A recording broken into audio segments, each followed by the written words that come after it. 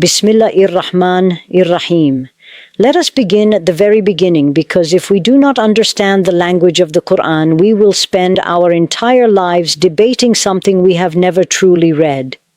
The word hijab, as we use it today, meaning the headscarf, does not appear in the Qur'an with that meaning. This is not a liberal opinion. This is a linguistic fact that classical scholars of Islam, from Imam al-Tabari to Ibn Kathir to al-Qurtubi, all acknowledge. And rather than shaking your faith, this fact should deepen your relationship with the Book of Allah, because it invites you to actually read it. The word hijab appears in the Qur'an 7 times. In Surah Al-A'raf, it refers to a barrier between the people of paradise and the people of the fire. In Surah Fusilat, it refers to a veil or barrier when the Prophet recites the Qur'an. In Surah Al-Ahzab, ayah 53, the only verse where hijab relates to women, it refers to a physical curtain or screen that the companions of the Prophet should speak to the mothers of the believers from behind. This was a specific ruling for the wives of the Prophet in the context of their unique station and the specific social circumstance of men entering the home of Rasulullah. It was a curtain, not a headscarf. So then, what word does the Qur'an use for the covering of a woman's head? It uses the word Khimar. Surah An-Nur, ayah 31. وَلْيَضْرِبْنَا بِخُمُورِهِنَّ عَلَى جُيُوبِهِنَّ. And let them draw their khumur over their juyub. The word khumur is the plural of Khimar. And in classical Arabic, a khimar is a head covering, a cloth that covers the head. The word juyub is the plural of jayb, which refers to the chest opening, the neckline, the bosom. So Allah is saying, take your head covering, which the Arab women of that time already wore, and extend it, draw it down, so that it covers your chest as well. Do you understand what this tells us? The Arab women were already covering their heads. The khimar was a cultural norm. What was being revealed was not cover your head. They were doing that already. What was being revealed was how to wear it. Not thrown back, not pinned up, not styled to show the neck and chest, but drawn forward and downward to cover the jayb.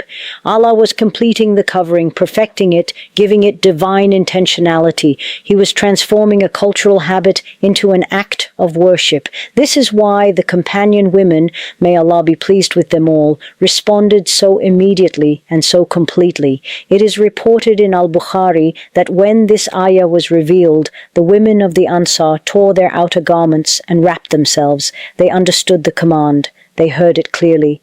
And they responded with the hearts of people who love Allah.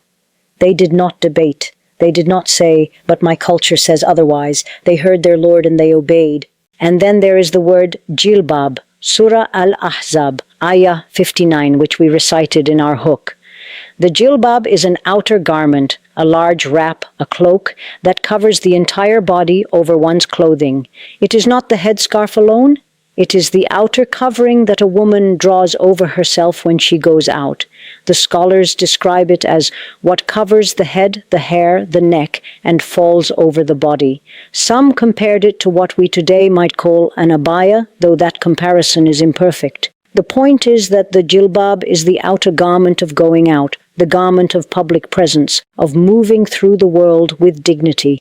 So we have 3 concepts: the hijab, a curtain, a screen specific to the mothers of the believers, the khimar, the head cover drawn over the chest, and the jilbab, the outer garment of public covering.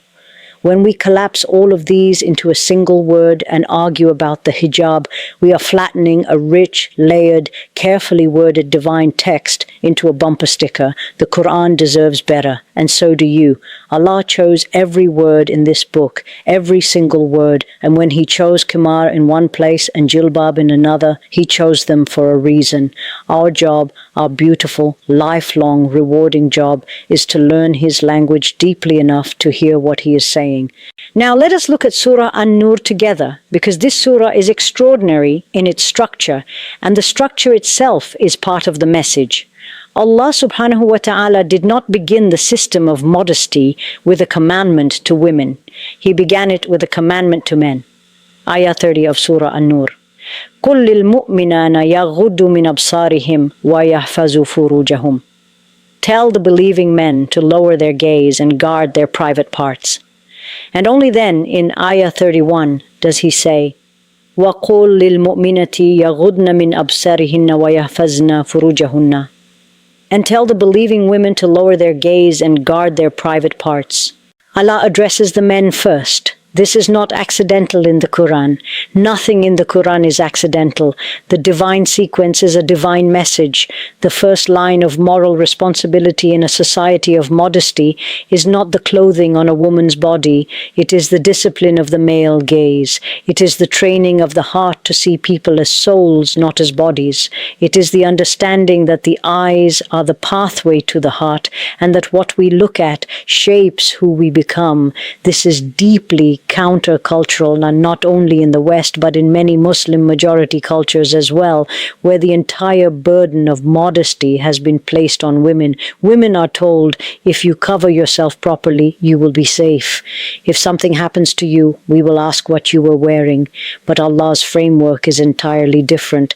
Allah begins with the men. He says to them first, lower your gaze, guard yourselves, control yourselves. The responsibility is yours as well. And what does it mean to lower the gaze?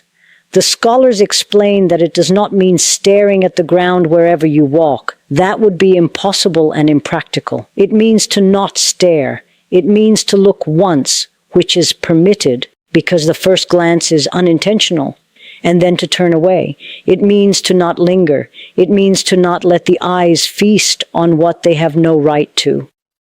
The Prophet told Ali ibn Abi Talib radiallahu anhu, do not follow one glance with another, for the first is forgiven, but not the second. The discipline of the gaze is an act of worship. It is a form of jihad, the jihad of the self, the jihad of the nafs. And notice what both men and women are commanded to do in this same pair of ayat.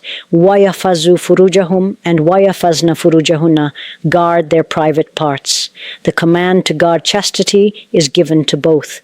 Both are morally responsible. Both will be asked. This is justice. This is the divine system, not a system that polices women's bodies while giving men license to look, but a system of mutual accountability, mutual discipline, mutual worship, where every member of the community is answerable to Allah for how they use their eyes, how they dress, how they conduct themselves.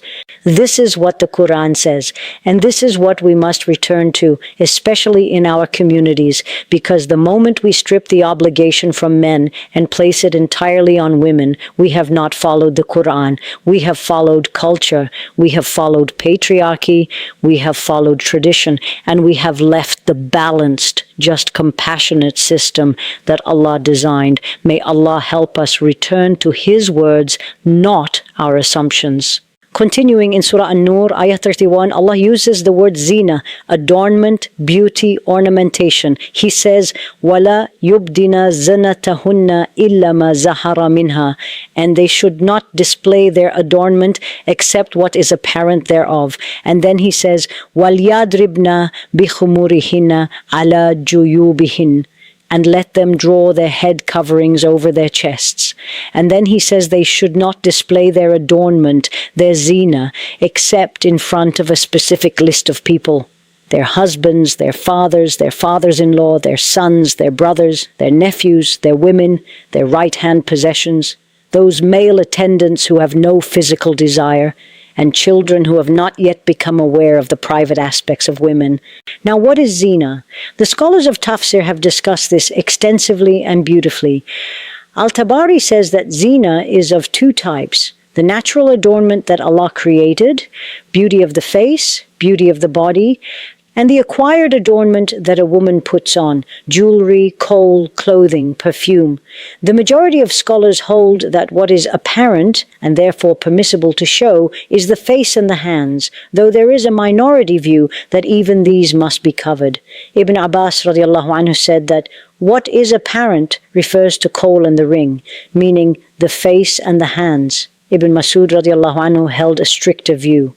This scholarly disagreement is not a weakness. It is the richness of Islamic jurisprudence, the mercy of Allah in allowing for different scholarly positions across different contexts and circumstances. But here is what all the scholars agree on, without any disagreement: the zeenah of the chest, the neck, the hair, the body. This is not to be displayed in front of non-mahram men. There is no scholarly school in classical Islam that says a Muslim woman may expose her hair, her chest, or her body to unrelated men and be within the bounds of the Qur'anic commandment. The difference of opinion is about the face and the hands. Everything else, the scholars of all four major schools across 14 centuries are unanimous. And why? Why does Allah want women to conceal their zeenah? He gives us the principle throughout the Qur'an, "Dalika azka lahum." That is purer for them. In Ayah 30, after commanding men to lower the gaze, he says this is purer for them. Purity and zakah is the reason, not shame, not fear, not punishment. Purity, the preservation of something sacred, the guarding of something precious. A woman's beauty is precious, her adornment is precious, and when something is precious, you do not scatter it before everyone. You protect it, you honor it, you reserve it for those who have a right to it. Think about it this way. Do you share your most intimate secrets with strangers? Do you leave the things most valuable to you lying around in public spaces? Of course not. You protect what you treasure. And Allah is telling women, you are treasured. You are valued. Your beauty is not public property. It is yours. It belongs to you and to those you choose to share it with within the sacred bonds He has established. That is not oppression. That is dignity. That is honor. That is the Qur'an speaking to women not as objects to be restricted, but as precious souls to be elevated. Let us now come to Surah Al-Ahzab, Ayah 59, the verse of the Jilbab, because this verse does something extraordinary that is unique in the Qur'an's discussion of modesty.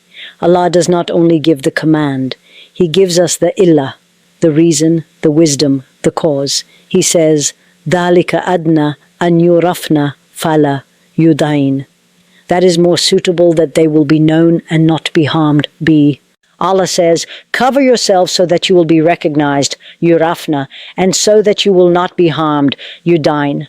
Let us sit with this. Let us really sit with this, because in these 8 words, Allah has given us a window into His divine wisdom that changes everything about how we understand this command. First, yurafna. They will be known. Known as what? Known as believing, free, dignified women. Known as women who have submitted to Allah. Known as women who belong to a community, who have honor, who are protected by their faith and their community.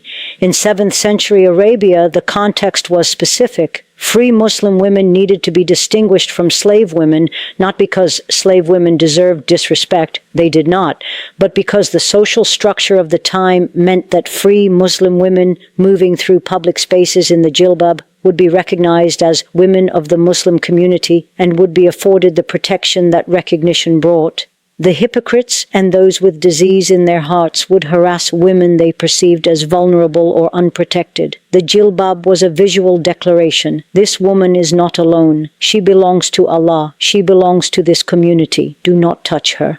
And second, fala yudain, so that they will not be harmed. Allah's reason for this commandment is the protection and safety of women, not their control, not their punishment, not their suppression, their protection. He is saying, I know the world you live in. I know how men with corrupt hearts behave. I am giving you a shield. I am giving you a dignity that is visible. I am giving you a recognition that protects you.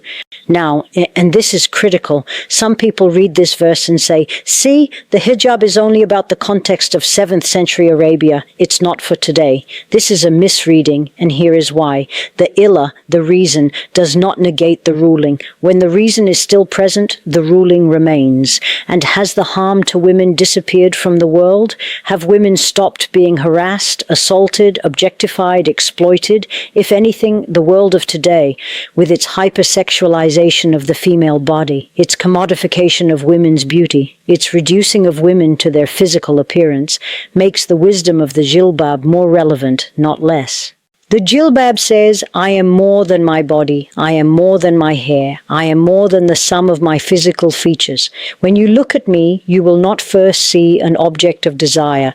You will first see a soul, a mind, a believer. That is liberation. That is the most radical countercultural statement a woman can make in a world that profits from her insecurity about her appearance. To say, my worth is not measured by your gaze, that is not oppression. That is freedom. Finally, we must talk about the Sunnah, because the Qur'an establishes the principle and the Sunnah explains the detail, and without the Sunnah, we cannot fully understand the Qur'an. Allah says in Surah An-Nahl, ayah 44, وَأَنزَلْنَا إِلَيْكَ الذِّكْرَ لِتُبَيِّنَ لِلنَّاسِ مَا نُزِّلَ إِلَيْهِمْ. And we reveal to you the reminder so that you may make clear to the people what has been revealed to them. The Prophet is the living explanation of the Qur'an. His Sunnah is not a cultural addition. It is the divinely mandated interpretation of the divine text. And so when it comes to women's dress, the Sunnah is essential. The most commonly cited hadith in this discussion is narrated by Aisha radiyallahu anha, recorded in Sunan Abu Dawud. She reports that Asma bint Abi Bakr radiyallahu anha entered upon the Prophet wearing thin clothing, and he turned away from her and said, "O Asma, when a woman reaches the age of menstruation, it is not proper that anything should be seen of her except this and this." And he pointed to his face and his hands. The scholars of hadith have discussed the chain of this narration extensively. Some have graded it as mursal, slightly weak in transmission. Others have accepted it as supported by other evidence.